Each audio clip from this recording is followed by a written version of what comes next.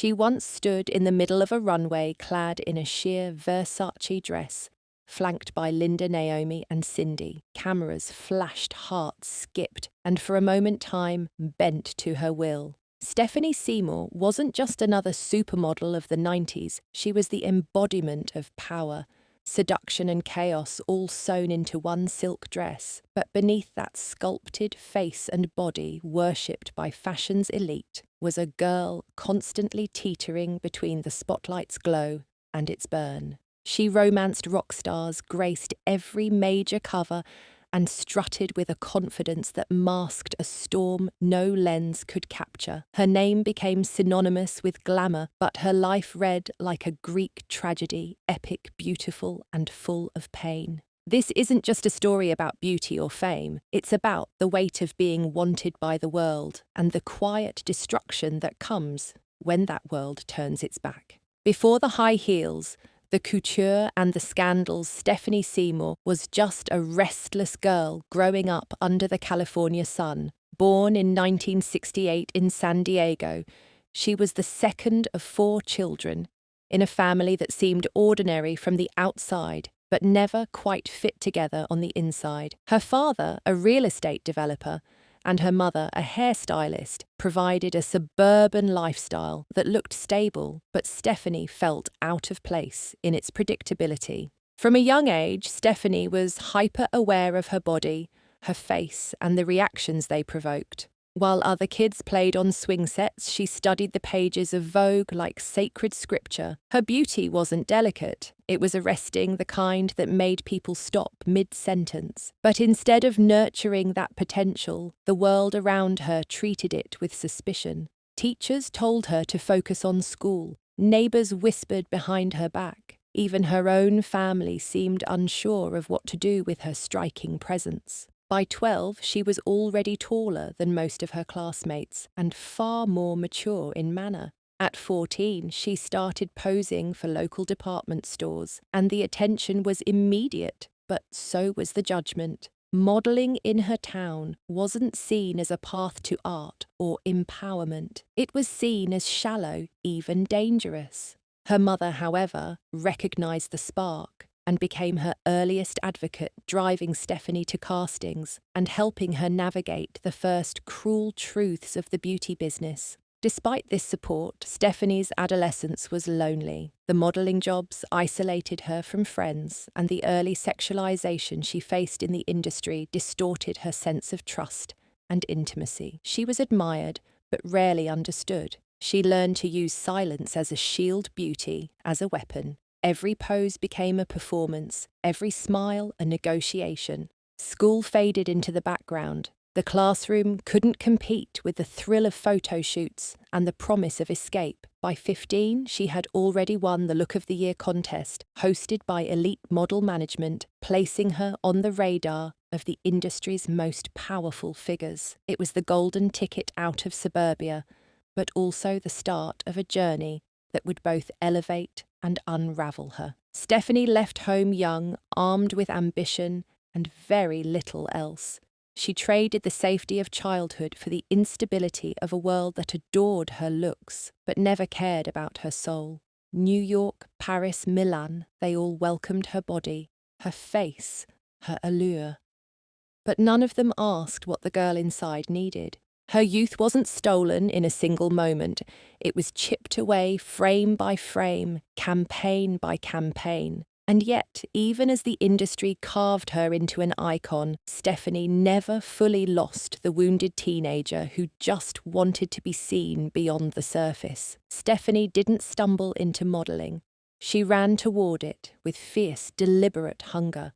After winning the elite Look of the Year contest at just 15, she found herself transported from the quiet suburbs of California to the chaos of New York City. It was 1983, and the modelling world was shifting, demanding not just beauty, but presence. Stephanie had both. What she lacked in polish, she made up for in instinct. Her first jobs weren't glamorous: catalogue shoots, teen magazines, awkward poses in borrowed clothes. But Stephanie didn't see them as low-tier work. She saw them as footholds. She studied the photographers, copied the confidence of older models, and mastered the silent language of the camera. There was no plan B. Modeling wasn't just an opportunity, it was her way out of invisibility. But behind the professional climb was a series of personal trials. She was still a minor traveling alone, navigating adult expectations with a teenager's heart. The industry was a playground for the powerful, and Stephanie was stunning, unprotected, and naive. There were whispered propositions, sudden hands, and countless moments where her boundaries were tested. She learned quickly to smile through discomfort, to pretend she was older, tougher, colder than she felt. It didn't take long before her look caught the attention of A-list photographers. Richard Avedon saw something raw in her. Herb Ritts captured her in desert light, transforming her from pretty girl to mythic figure. But it was her appearance in the pages of Sports Illustrated that changed everything. No longer was she just a rising model, she was a fantasy, the kind men idolized and women envied. By 18, Stephanie had become a favourite of Victoria's Secret. At the time, the brand was pivoting toward a new image, sexy but sophisticated, playful but powerful. Stephanie embodied that contradiction. Her campaigns with the lingerie giant cemented her as a household name, and her presence on the runway elevated simple undergarments into something almost sacred.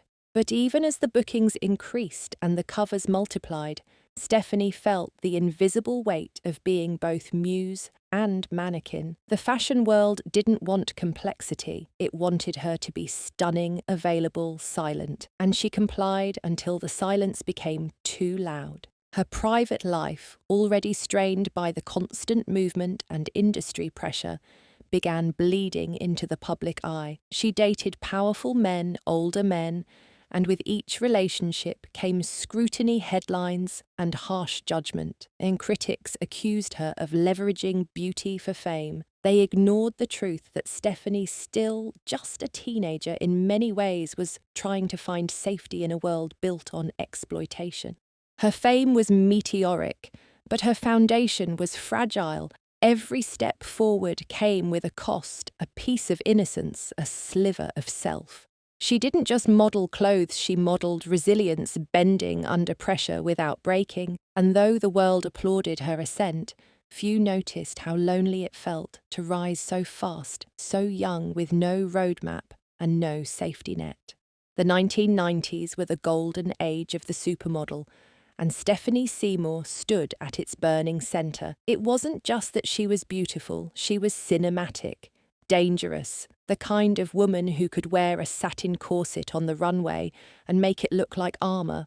Alongside Cindy, Naomi, Linda, and Christy, she redefined what it meant to be a model. But while the others embodied elegance or mystique, Stephanie brought a provocative edge. She wasn't the girl next door, she was the one you were warned about.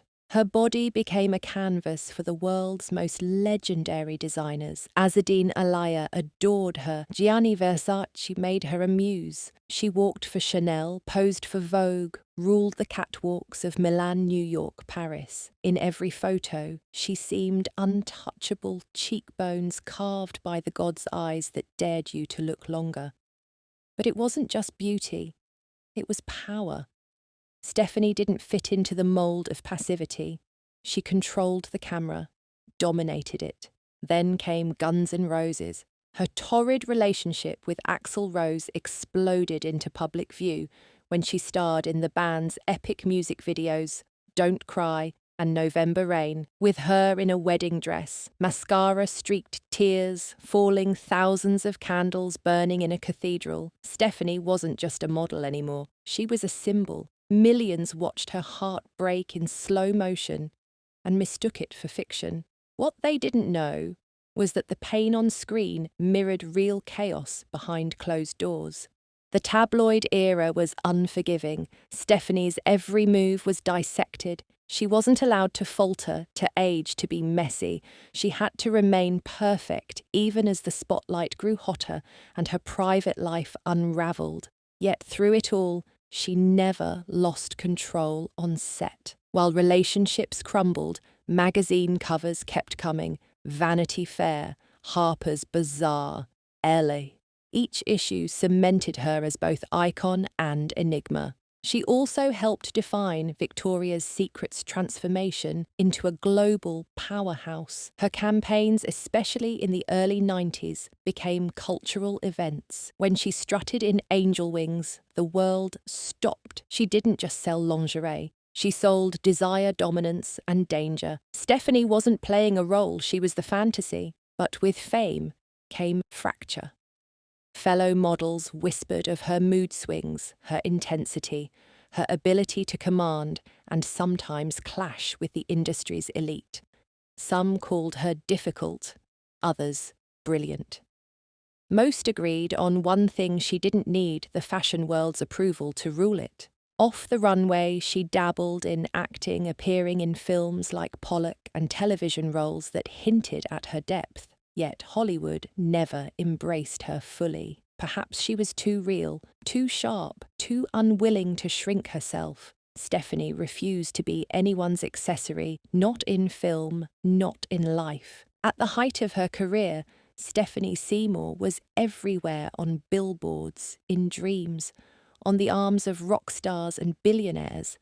But she also existed in a space few understood, as a woman simultaneously worshipped and watched, adored, yet judged, liberated, but always on the edge of being devoured by the very industry that crowned her queen. While many supermodels conformed to survive, Stephanie Seymour refused to play by anyone's rules, especially not the industry's. She didn't soften her edges for approval, she sharpened them.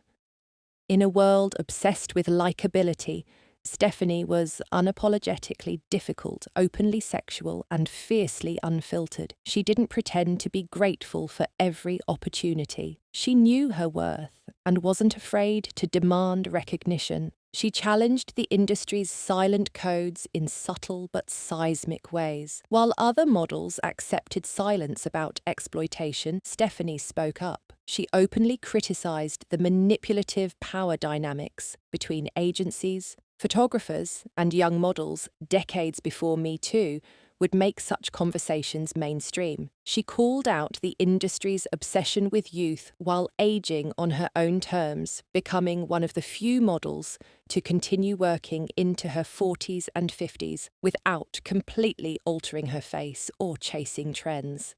But perhaps her most iconic act of rebellion came not from what she said, but what she showed. In 1998, she posed nude for Playboy, not as a desperate move, but as a calculated reclamation of her own narrative. The world had sexualized her since she was a teenager. Now she was taking that image and owning it on her terms. The shoot was raw, powerful, controlled, less about titillation and more about confronting the viewer with the question, who really controls the gaze? The photos polarized audiences. Some called her brave, others reckless, but no one could ignore her. That was always Stephanie's gift, forcing attention, not just with beauty, but with defiance. She also rejected the illusion of the model as perfect. In interviews, she spoke openly about her eating habits, her struggles with body image, and her disdain for the plastic expectations placed on women in her field. She embraced her curves before it was fashionable to do so, and didn't pretend to survive the industry unscathed. Where others smiled through damage, Stephanie hinted at the bruises beneath the surface, and in doing so, made herself more human. Even her personal relationships broke convention. She didn't seek safe choices. She pursued intensity danger even. From Axl Rose to billionaire Peter Brandt, her romances were passionate, public, and volatile. She blurred the line between muse and rebel, challenging the passive roles women were expected to play in the orbit of powerful men. In Brandt, she found both a partner and a war zone. Their union was stormy, punctuated by divorce filings, reconciliations, and explosive tabloid headlines. But it was real, and that's what Stephanie always chose: reality over perfection. In an era that demanded silence and smiles, she gave the world attitude and truth. She didn't walk the runway, she stalked it. She didn't pose, she confronted. And while others chased approval, Stephanie built a mythology out of resistance. Stephanie Seymour wasn't just part of the supermodel revolution, she was its wild card, the one who refused to be packaged, scripted, or subdued. She bent the rules until they broke and walked barefoot over the shards, not to prove a point, just because that's who she was. Stephanie Seymour's fall wasn't sudden. It was a slow collapse under the weight of everything she had carried for decades: fame, scrutiny, trauma, and unspoken grief. While the world remembered her as the untouchable beauty from the 90s, Stephanie was unraveling behind closed doors. The cracks began to show in the mid-2000s. Once a dominant presence on every magazine cover, she started to vanish from the public eye. Her career didn't end in scandal, it faded in exhaustion. The fashion world was evolving, craving new faces, younger bodies, and curated Instagram personalities. Stephanie, fiercely analog and fiercely herself, no longer fit the mold. But the true devastation came not from her fading fame, but from inside her home. Her marriage to billionaire Peter Brandt had long been tumultuous, marked by passion, luxury, but also legal battles and emotional warfare. In 2009, the couple filed for divorce. The proceedings turned ugly, splashed across tabloids with accusations of drug use, parental manipulation, and bitter custody disputes. Stephanie was painted as unstable. She didn't fight back publicly. She never had, but those closest to her knew she was breaking. Amid the legal chaos, Stephanie was also fighting a more private demon addiction. Rumours of substance abuse had swirled for years, but now they were unavoidable. Her once commanding presence became erratic. Paparazzi caught her in dishevelled states. She appeared dazed, detached, far from the poised siren the world once adored. Then came the unthinkable. In January 2021, Stephanie's son, Harry Brandt, just 24, died from an accidental drug overdose. Harry had followed in his mother's footsteps, modelling embracing fashion, even pushing boundaries around gender and style. He was vibrant, defiant, brilliant.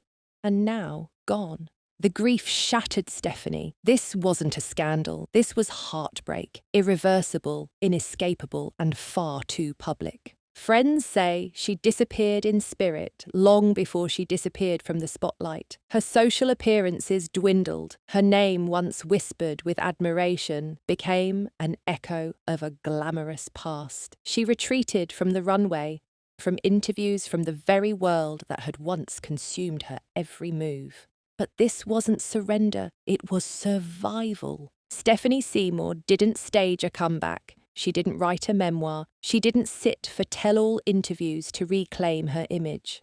Instead, she chose silence.